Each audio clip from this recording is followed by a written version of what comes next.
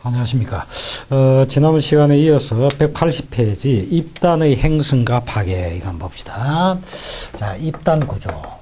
입단, 토지의 입단 구조다. 입단. 이 입단이라고 하면은, 토지의 흙 알갱이들이 알갱이들이 이렇게 서로 결합이 됩니다. 이렇게 결합이 쫙 되고. 자, 너무 크게 그러니까 시간이 많이 걸리죠? 작게 그려봅시다. 자, 알갱이들이 이렇게 쭉 이제 결합이 되죠. 이렇게. 자, 알갱이들이 이렇게 결합되고, 이렇게 결합된 뭉치들, 이 뭉치들이 또 이렇게 서로 결합되는 거. 이렇게.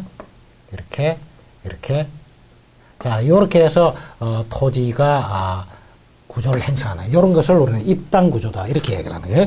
자, 그런데, 이렇게 됐을 때, 요 알갱이들이 결합되어 있는 요 사이에 조그마한, 비어있는 공간들, 이걸 소공극이라고 이야기하고, 그 다음에 이 전체적으로 볼 때, 여기 중간중간 비어있는 거, 요런 좀 크게 비어있죠. 그죠? 크게 비어있는 거, 요런 것을 이제 대공극, 이렇게 이야기를 하죠. 그죠? 대공극.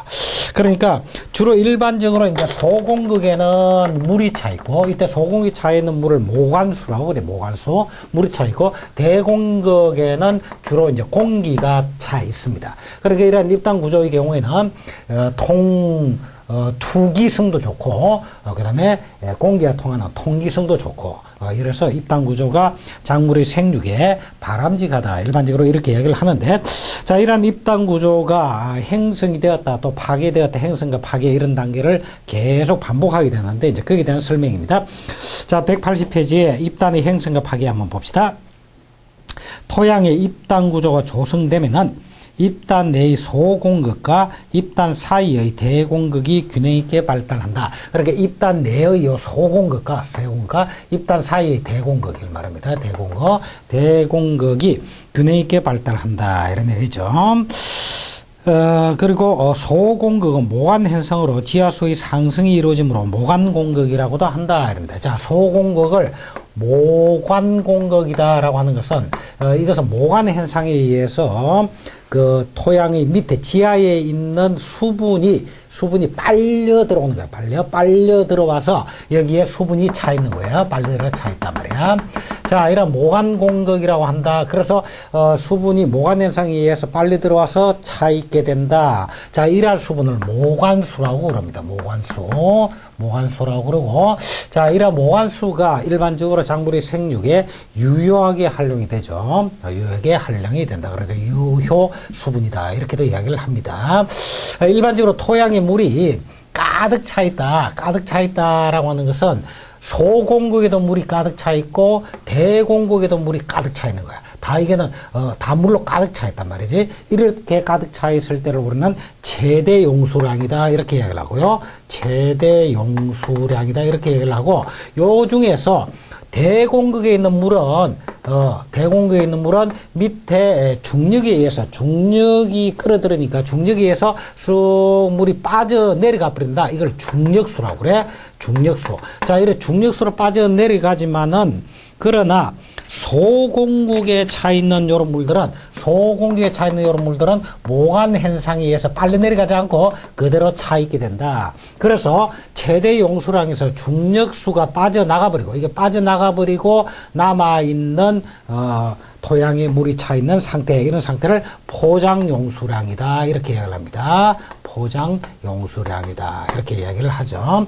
자, 어쨌든 여기에 모관 공극이라고도 한다 이렇게 돼 있고, 그 밑에 줄에 보니까 수분이 차지하는 공극의 용적을 액상공극, 공기가 차지하는 공극의 용극을 기상공극이라고 한다. 그래서 여기는 공기가 차 있기도 하고 물이 차 있기도 한단 말이야. 자, 물은 액체죠, 액체. 그래서 우리는 토양의 삼상하면은 고상, 액상, 기상 이렇게 나누지, 그래서 이 액체 상태로 차 있는 공극이다 해서 액상공극 이렇게 이야기를 하고요. 그 다음에 이제 공기가 차 있다 해서 기체죠. 그래서 이걸 기상공극이라고도 이야기를 한다. 자기 밑줄 그어 놓으시고요. 그 다음에 거기서 하나 둘 셋째 줄 내려와서 오른쪽으로 딱 보면 입단이 발달한 토양은 대체로 비옥하고 이렇게 되어 있죠. 수분과 양분의 보유력이 좋고 토양 통기도 좋고 빗물의 이용도도 높아지고 토양 침식도 적어지기 때문에 작물의 생육에 알맞다. 이렇게 볼 수 있죠. 자, 이 밑돌짝.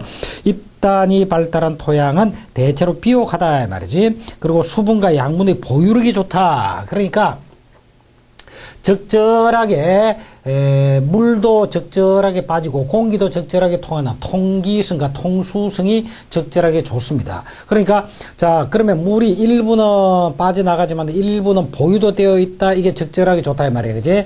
보유되어 있으니까 수분의 보유력도 좋고 또 이 토양 속에 있는 유기물이나 영양분 같은 것도 다 씻겨 내려가는 것이 아니라 일부가 토양에 그대로 보유될 수가 있다. 그래서 수분 양분의 보유력이 좋다.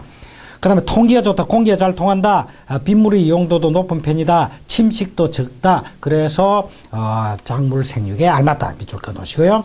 자, 그러면 입단의 행성은 입단은 끊임없이 행성되었다, 파괴되었다, 행성되었다, 파괴되었다라고 하는데, 자, 유기물과 석회의 사용을 통해서 입단의 행성을 촉진할 수가 있다.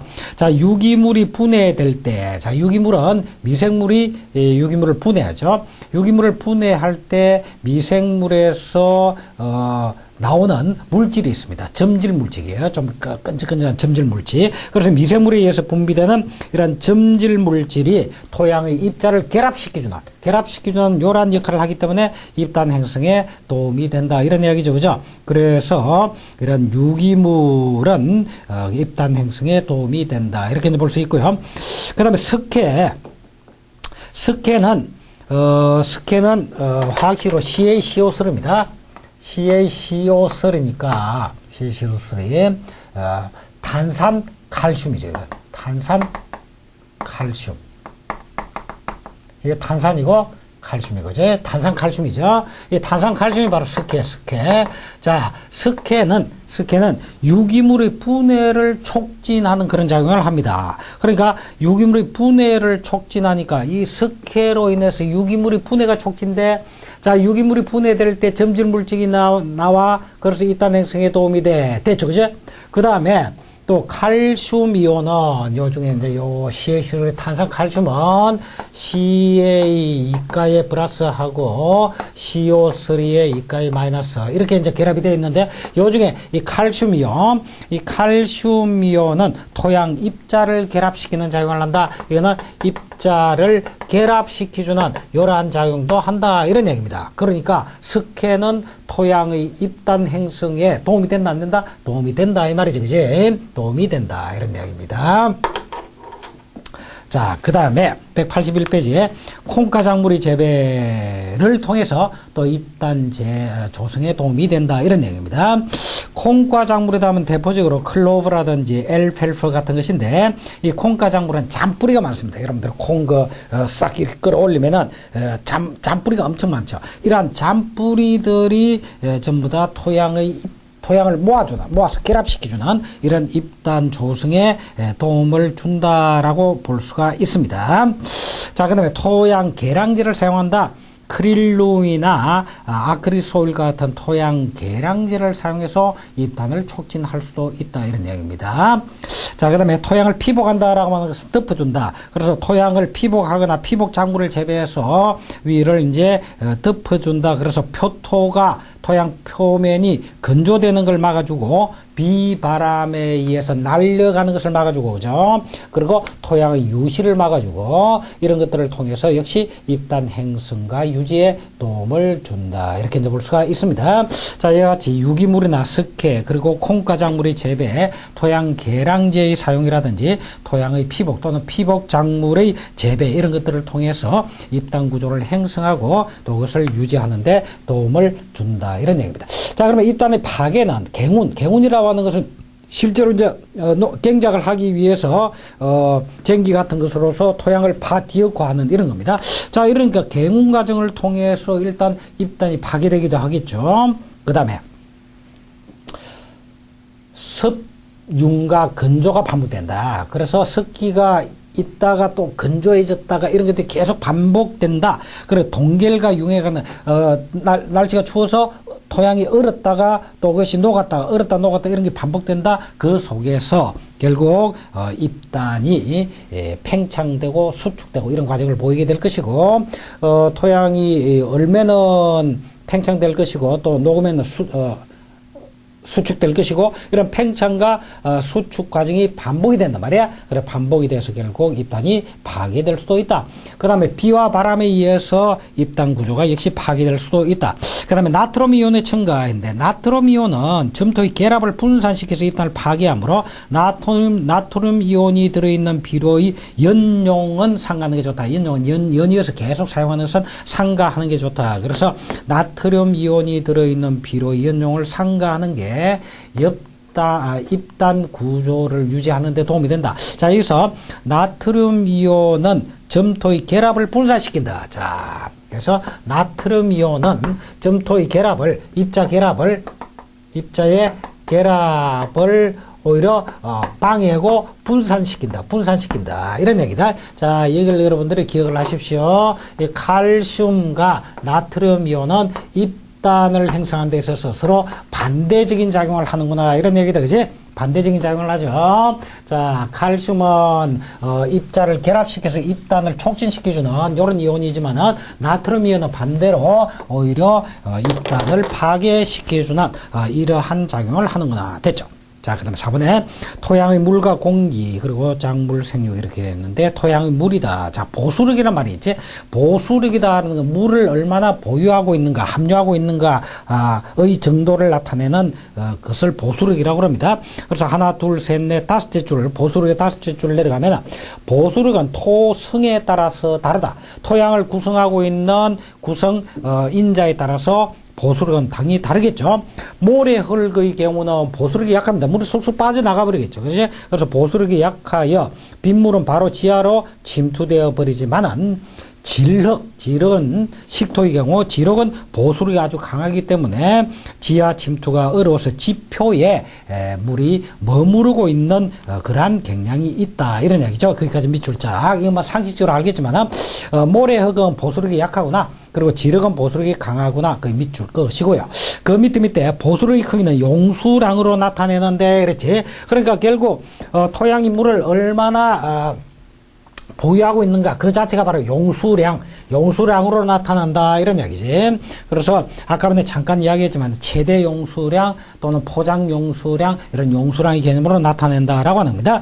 자, 그 밑에 보니까 토양의 모든 공급이 물로 포화되어 있을 때 양을 최대 용수량으로 한다. 밑줄 짝. 그러니까 자, 소공급이나 대공급이 물이 다 가득 차 있는 이러한 용수 상태를 최대 용수량이라고 한다. 밑줄 것이고요.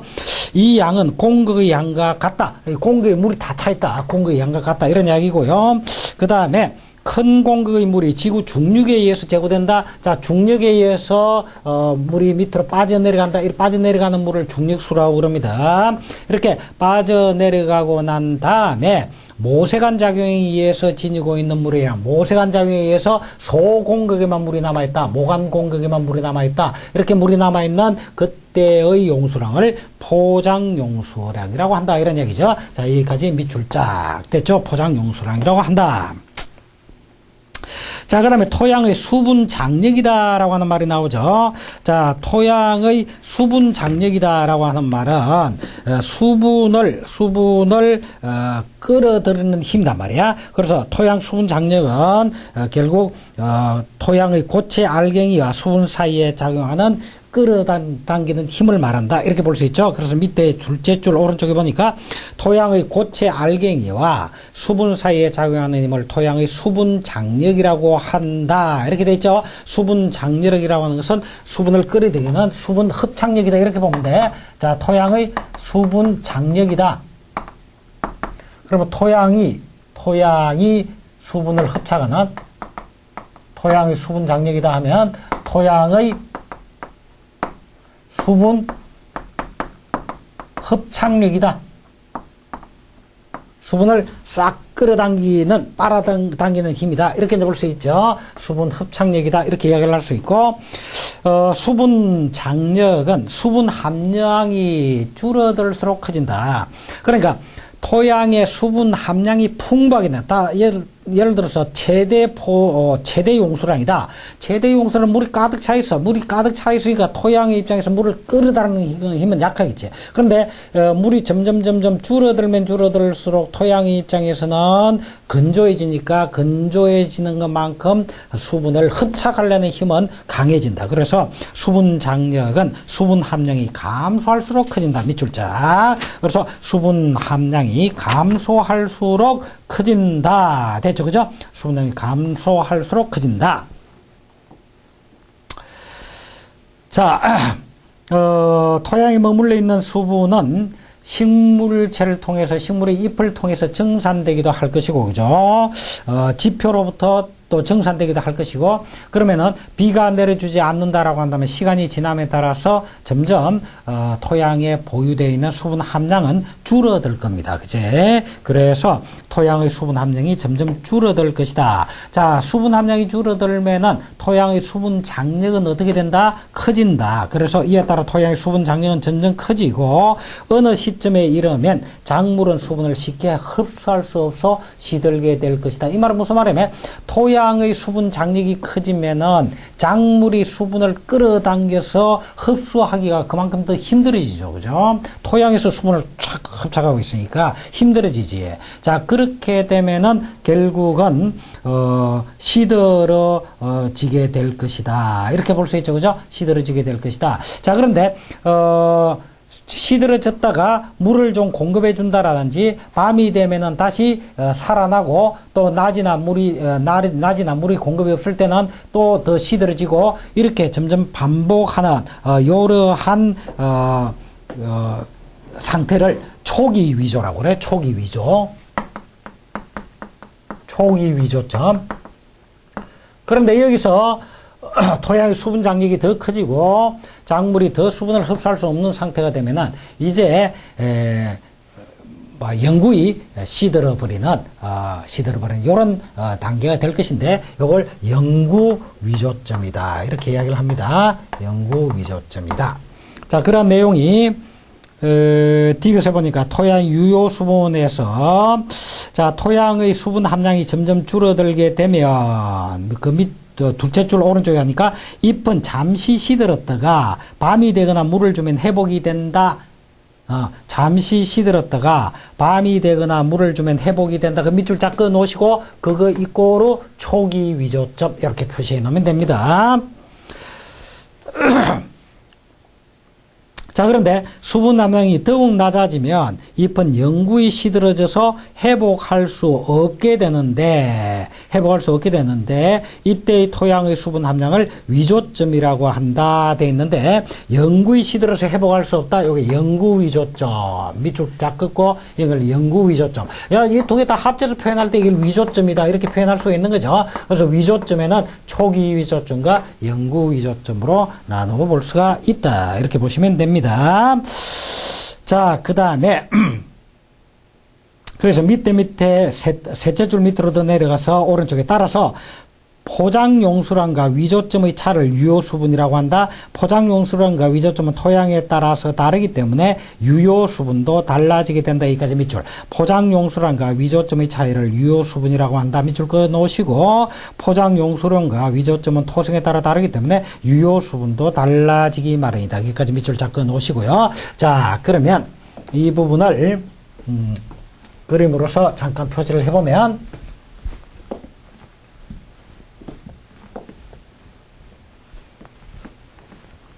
자, 지금 예를 들어서 요게 소공급과, 자, 요게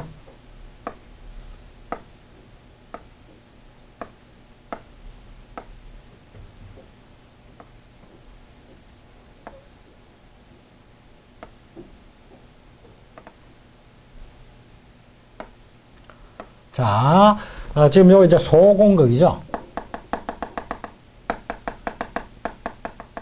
소공극과 그 다음에 요 이제 대공극이죠.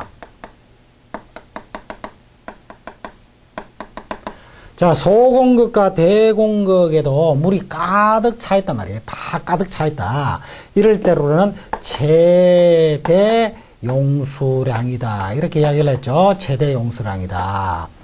자, 그런데 여기서 이제 대공극에 있는 요 물은 쭉 중력에 의해서 빠져나가 버린다. 이게 이제 중력에 의해서 빠져나가 버린다. 이렇게 볼 수 있죠. 이게 중력수다. 이런 얘기입니다. 그런데 지금 여기서는 빠져나가지 않고 지금 있는 상태가 최대 용수량이고 이게 빠져나오고 나면은 이제 포장 용수량이 된다. 이런 이야기입니다. 포장 용수량이 된다. 자, 여기서 중력수가 빠져나간다. 이렇게 볼 수가 있죠. 자, 빠져나가면 지금 여기에 있는 물들은 모관수만 있는 거죠. 모관수만. 그래서 소공극이면 이제 물이 차 있는 거죠. 소공극이면 그죠? 이런 소공극에만 물이 차 있는 이런 상태의 물을 모관수라고 그래. 모관수. 이때 이제 모관수만 차 있죠. 모관수만. 자, 모관수만 이렇게 차 있을 것이다. 자, 그러다가 이제 영구 위조점에 봤다 이런 얘기지. 자, 여기서 영구 위조점에 도달한다라고 하면은 결국은 이제 토지에 흡착되어 있는 흡착수와 또 토지가 완전히 결합되어 있는 결합수 이것들만 토양에 남아있는 그런 상태가 됩니다. 자, 이랬을 때 우리는 이제 중력수 이것은 사실상 잉여 남아도는 잉여 수분이다 이렇게 볼 수 있죠. 잉여 수분이니까 중력에 의해서 쭉 빨려 들어간다. 근데 이제 모관수가 실질적으로 작물의 생육에 유효하게 사용되는 물입니다. 그지? 유효하게 사용되는 물이죠. 그래서 이것을 유효 수분이다 이렇게 이야기를 합니다. 유효 수분이다. 자, 그런데 흡착수다 결합수다 되면 이거는 이제 토양에 물이 있지만은 토양과 흡착이 딱 돼 있어서 작물이 흡수를 못해. 그러니까 이거는 무효야. 무효 수분이야. 무효 수분. 자, 그런데 흡착수와 결합수의 차이는 뭐냐면 흡착수의 경우는 온도를 약 105도 내지 한 110도 정도 시로 온도를 가열을 하면은 토양과 분리가 가능합니다. 토양과 분리가 됩니다. 분리가 가능하다. 이게 이제 흡착수고 결합수는 온도를 아무리 가열한다라고 하더라도 분리가 불가능해. 토양과 완전히 분리가 불가능한 상태로 되어 있는 게 결합수야. 결합수. 자, 이런 차이가 있구나. 이렇게 볼 수가 있습니다. 자, 그러한 내용을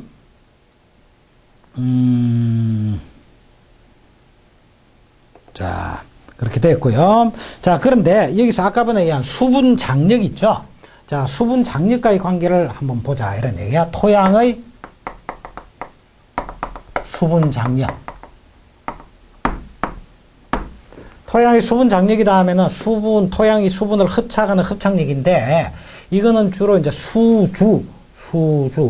물대로 수주의 높이로서 측정을 합니다. 그래서 이제 수주 높이를 센티미터로 이렇게 측정을 하기도 하고 또 이 수주 높이에다가 로그를 붙여서 로그를 붙여서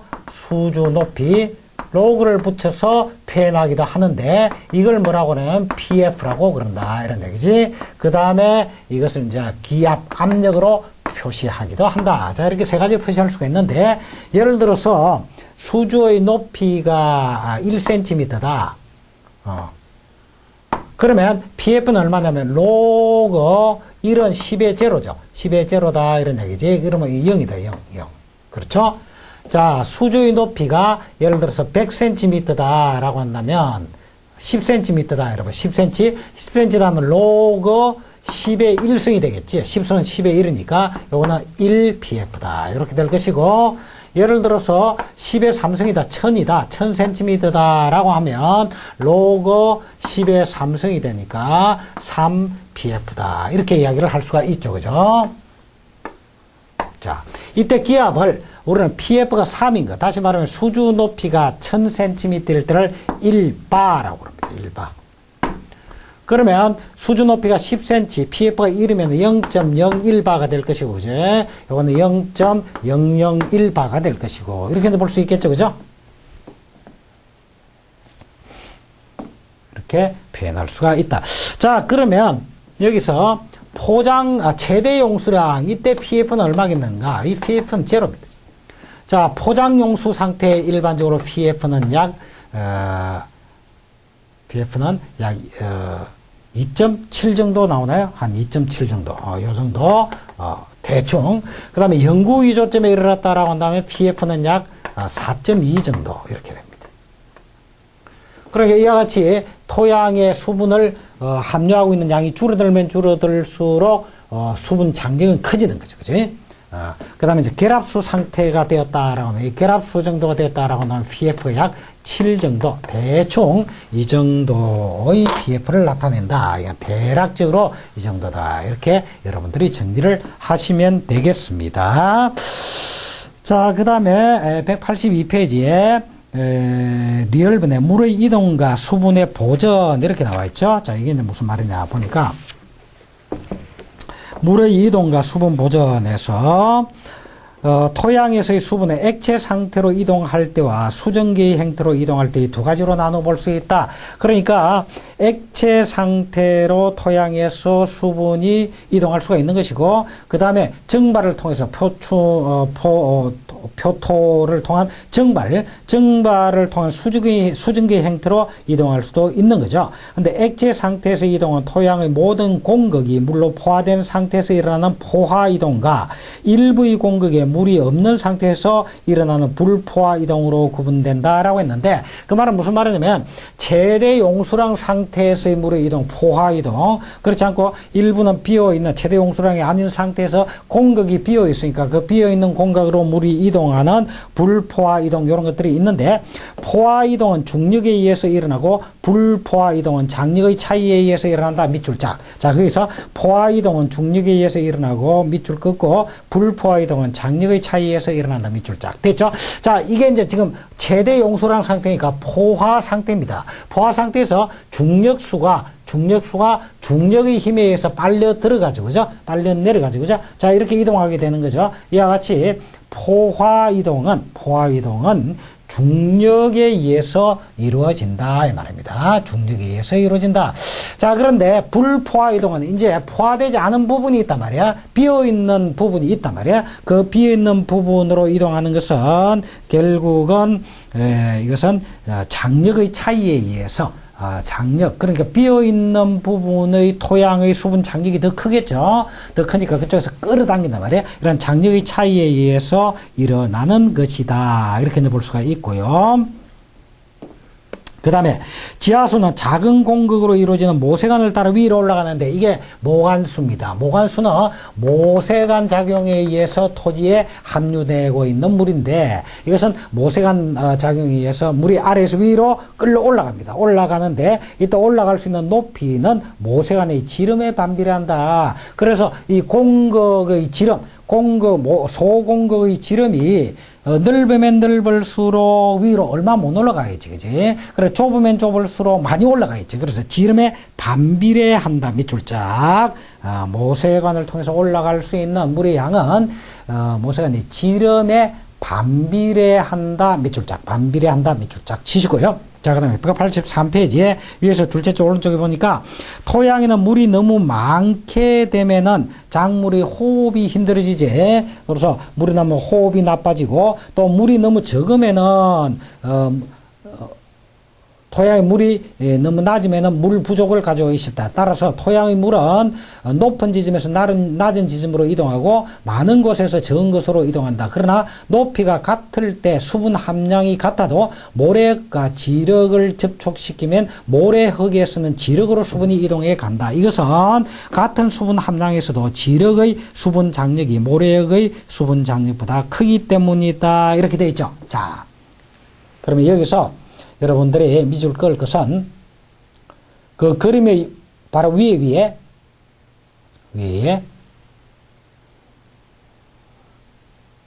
수분 함량이 같아도 모래흙과 지력을 접촉시키면 모래흙에 있는 물이 지력 쪽으로 이동한다. 요 모래흙이 있고 요 진흙이 있어, 진흙. 차력이에요. 이 두 개 붙어 있어, 지금. 붙어 있다고 하죠. 자, 붙어 있으면 물이 어디에서 어디로 이동하냐? 여기서 여기로 이동해, 물이. 차력 쪽으로 빨려 들어가. 그러면 토양의 수분 장력이 큰 쪽으로 빨려 들어가겠죠. 그러면 차력하고 모래액 중에 수분 장력이 어느 쪽이 더 크다라는 이야기다? 차력이 더 크다라는 이야기다. 그제? 그래서 차력 쪽의 수분 장력이 모래액 쪽의 수분 장력보다 크다. 이렇게 이제 볼 수가 있죠. 그지? 그 밑줄 자 끄시고. 자, 그래서 그 그림이 이제 나와 있는데요. 그림을 쭉 보면요. 그림을 쭉 보면 포장 용수량이다라고 하는 말은 이제 중력수가 빠져나가고 모관수가 차 있는 걸 말합니다. 그리고 영구 위조점. 그래서 포장 용수량과 영구 위조점 사이의 포장 용수량과 영구 위조점 사이의 물이 모관수고 이 모관수가 바로 유효 수분이다 이렇게 이야기를 했죠. 그죠? 자, 그런데 이런 유효 수분의 함량은 자, 밑에 보면, 모래 참흙이 10%, 그 다음에 20%, 뭐, 미사질 참흙이 30%, 뭐, 점토의 함량이 이렇게 쭉 나와 있죠. 점토의 함량. 자, 그러면 점토 함량을 기준으로 할 때,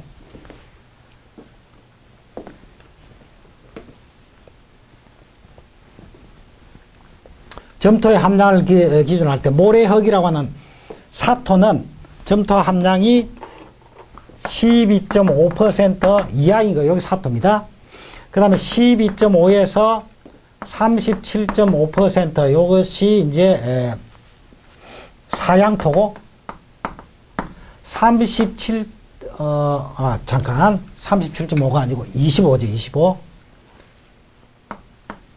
그 다음에 25%에서 37.5% 이게 양토고 37.5%에서 50% 이거는 식양토고 그다음에 50% 이상 요게 이제 식토고 요건 지난 시간에 우리가 봤죠, 그죠? 자, 이렇게 되어 있으니까 밑에 표를 보면 표에서 점토 함량이 처음에 이제 사토 그다음에 여기서 12.5에서 25% 정도까지를 사양토 이렇게 표시를 한번 해 보십시오. 그다음에 25에서 37.5까지를 양토 37.5에서 50%를 식토, 식양토, 그 위를 식토, 이렇게 한번 표시를 해보시라고요. 자, 해보면, 이와 같이 점토 함량이 크면 클수록 영구 위조점도 점점점 높아지게 되고, 그죠? 높아지게 되고, 포장 용수량은 높아졌다가 극대가 되었다가 줄어든다. 그래서 포장 용수량의 경우는 양토일 경우에 포장 용수량이 제일, 극대가 됩니다. 그래서 포장 용수량은 양토일 때 제일 극대가 된다. 그 그림에서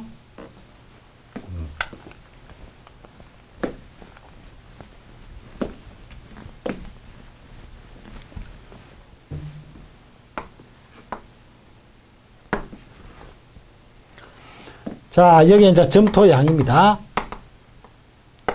점토의 함량인데 12.5%에서 여기에 25%, 37.5%, 자, 50% 이렇게 한번 보자고요. 그러면 12.5% 이하 요게 사토에 사토. 그 다음에 12.5에서 25 요 부분이 사양토지. 그 다음에 25에서 37.5% 요것이 양토가 되고 그 다음에 37.5%에서 50% 여기에 식양토, 이쪽에 이제 식토 이렇단 말이에요. 그런데 토양의 수분 함량은 그림에서 보는 바와 마찬가지로 쭉 포장 용수량은 쭉 커져서 양토일 때가 제일 높다. 그러니까 양토 요쯤. 자, 포장 용수량은 최대가 돼서 이렇게 된다. 이게 포장 용수량이다.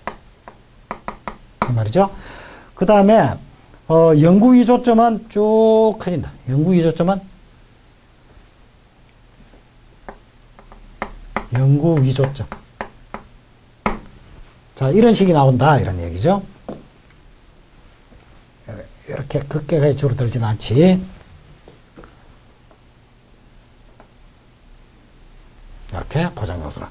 자, 그러면 포장용수라는 게 영구유조점 차이가 뭐냐 하면은 모관수죠. 유효수요입니다.